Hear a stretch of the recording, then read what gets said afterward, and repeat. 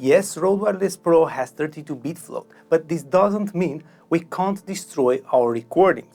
Many other things can happen, but some big mistakes can be avoided if we know exactly what to do. I will share with you what I learned about Rode Wireless Pro so we can record better having constant sound without accidents. I will show you how to avoid that annoying muddy reverb in some situations and how to have a constant nice input volume with any device, a camera or yes, even a phone. With this first tip, your recordings will sound better with rich sound and constant volume. Let me tell you how I learned this. 4 or 5 years ago, I was invited to a product release and a workshop by a big audio company. And on that stage, a big sound engineer told us this. Hey, do you know how we place the lav mic for an opera singer or for an artist to have a constant sound, to have a rich and good sound without differences in volume? And we were like, how? And he told us, we place the lav mic here in the hair on the forehead. And we were like, what? We can't do that on YouTube. It's stupid. And we can't do it on YouTube, but we have a great alternative. And he told us we place the lav mic here in the hair because the distance between the microphone and the mouth will be the same wherever he will move. If the artist will do things, will move a lot, will dance, or I don't know, turn the head around, the distance will be equal. And this is so important. And after a while, after that workshop, I forgot about it. And watching YouTube one day, I saw this kind of placement for the microphone in the hair. Look, opera singers wear those microphones like this, and it's important. And what we can learn from this, of course, we can't wear the lav mic here, but the placement of the lav mic is extremely important. So I see a lot of creators wearing the lav mic here on the t-shirt, here under the chin, in the middle. This is a pretty good place, but it's not the best place. If you wear the lav mic here under the chin, of course I have a beard, so this will be worse for me because the beard can touch it. But even if you don't have a beard, this is bad because the chin is between the mouth and the lav mic and the sound will be a little bit muddy. I see a lot of other creators placing the lav mic here on a side. And this is worse because if you move the head and if you talk a little bit like this and the lav mic is here, you will speak against the lav mic and the volume will drop a lot. Or if you speak like this, on the same side with the lav mic, the volume will increase a lot because you speak directly into the lav mic. Or if you work with an artist who wears jewelry and has long earrings that will produce sound, the lav mic is closer to the earrings and those sounds will be incredibly annoying. Also, if you wear the lav mic here and you wear a necklace or a chain or a piece of jewelry around your neck, that can produce annoying sounds. So this place is not the best. The second best place after the forehead, the hair, is this one, in the middle of your chest. But we have a problem if we wear a t-shirt because you can't hide the cable. You can't put the cable from here to here or down. You can't hide the cable. And let's be honest, we as YouTubers, we don't like to stick the lav mic with something, some duct tape or double duct tape under the t-shirt. We don't like that. It's a pain in the ass to do it. It's hard. It's a lot of time wasted to stick that on our skin under the t-shirt, and it's annoying. It's uncomfortable in my opinion, and we don't like to do that. And sometimes if we move and the lav mic is under the t-shirt, the movement between the t-shirt and the lav mic can produce a bad sound. So what can we do? Listen, if the sound is important for you and you really want to record your sound using a lav mic like this, you need to wear a proper outfit to be able to place the lav mic in the right position. Of course, we choose some clothes to look good, to look nice, but at the same time, if we shoot a video, we need to pay attention to this.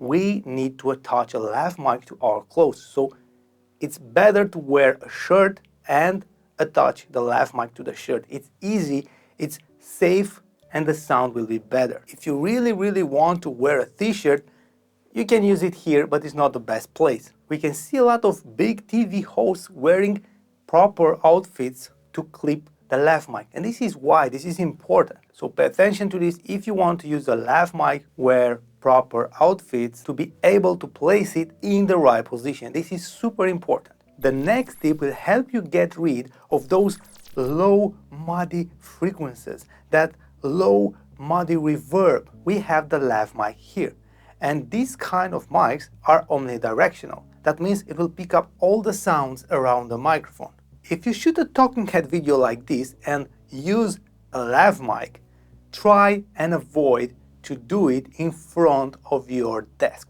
Don't stay at your desk and shoot a talking head video using a lav mic. Look, the desk, it's flat. It's a flat surface like a huge membrane, and that desk will vibrate when you speak, creating those low muddy frequencies. Now I'm in front of my desk, my usual spot, and 99% of the time when I shoot here, I use my studio microphone because this will pick up less reverb, less low frequencies, and that will help me here. But right now I'm using this lav mic Rode Wireless Pro in front of the desk, and if you use headphones, I'm 100% sure that you can hear that low bass, those low frequencies, that muddiness in the voice, and that ugly vibration. We don't want that, and we can avoid this shooting in another place, but not in front of the desk. And now listen to this sound when I'm against the desk. It's a huge difference. If you wear headphones, you will hear it. This is important.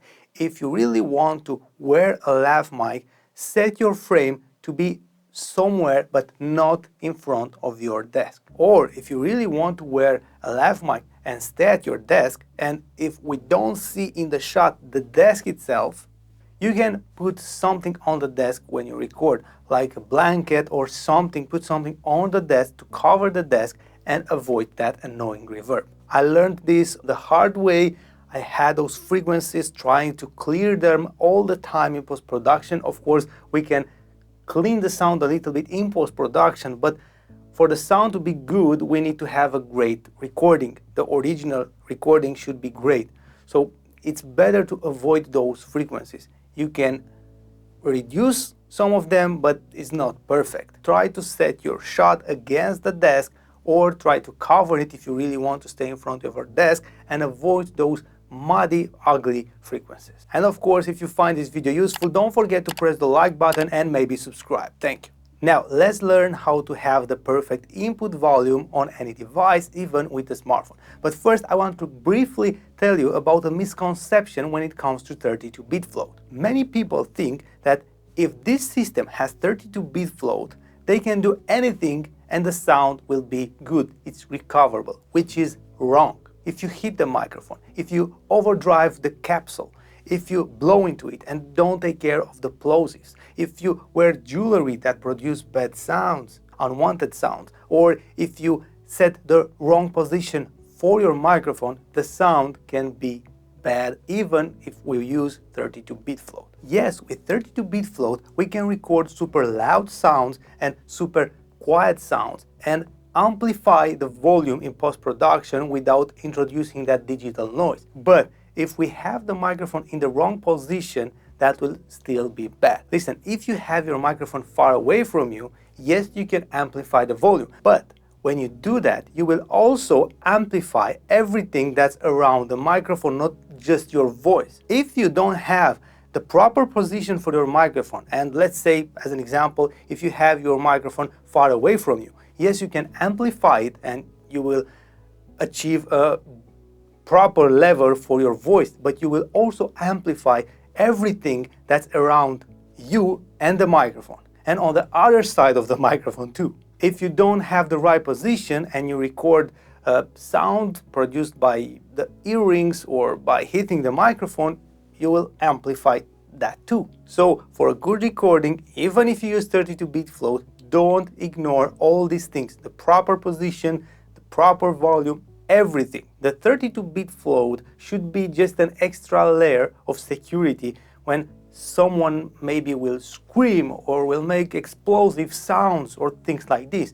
Otherwise, you still need to take care of all the important things when you record sound using a microphone. Now let's set the proper volume for internal camera recordings and for iPhone smartphone recordings. For the camera, the trick is to have the camera preamp as low as possible. I will set mine to 3. This depends on your camera, it's different from a brand to another, but just try to keep the camera preamps as low as possible. Now I will connect the Rode Wireless Pro transmitters and the receiver to the PC. Go into Rode Central and change this. For the transmitters, press on this settings icon and change the gain assist to dynamic. Do this for both transmitters if you need it. And for the receiver, set the gain mode to manual and the output gain to 0 for the moment. Now disconnect them and connect the receiver to the camera and set your lav mic properly on your clothes. Now, if we pay attention to the levels on the camera, looks a little bit too loud, so I will reduce the volume on the receiver and set it to -3. Now it looks good. And if I speak louder, the sound will not clip. And if I speak quieter, the volume will still be great. This is happening because that dynamic mode works pretty fine. Now let's move to the iPhone. Because we can't see the input level on the native camera app, I installed Filmic Pro for this demonstration. In this app, we can see the input volume. Now I shoot with my iPhone and I use the Rode Wireless Pro receiver connected directly to the iPhone at -3, the same as the camera, and the transmitter is still set to dynamic mode. If you look here, you can see that the input volume is super healthy, and I can speak louder and nothing bad will happen. The sound won't clip. And if I speak quieter, I will still have a pretty good signal. So you don't need to do anything, but now I will change to the native app of the iPhone. I wanted to use the Filmic Pro just because we can see this here, but you don't need to do anything. So I will switch right now to the native camera app of the iPhone. Now this is the native camera app of the iPhone. I didn't change anything. I have the receiver set to -3. I have the transmitter set to dynamic mode, and this is the sound recorded directly with this iPhone. So we have a super good input volume. You don't need to do anything to your iPhone. Just connect all these things, and if you want more, you can set your receiver to 0, not to -3, but I think -3 is enough. I can see it right now. Even if you record your videos using an iPhone or your camera, you still need to learn how to post-process your audio and your video. The original recording won't be as good as a recording with post-processing. This is happening even if you record with a great studio microphone, with a lav mic or with a shotgun mic. You need to learn how to amplify the sound and how to clean it a little bit, how to add an EQ, compression, a limiter, things like this. And for this part, I strongly suggest you to watch a lot of tutorials for your specific editing software. This is different from a software to another, but the principles are the same. This is not something like click here and click here, because you will do this differently for every voice and for every recording. So you need to learn the principles and do a lot of trial and error to apply them great for your voice and your recordings. It's not super hard, but it's extremely important, and I really encourage you to start, watch tutorials, and learn a little bit how to process your audio. But you can do all these settings and still have low quality recordings when using Rode Wireless Pro, because these are not the only settings you need to take care of. I have another dedicated video where I show you other crucial settings about this specific system, and by applying these settings you will master Rode Wireless Pro and achieve great sound all the time.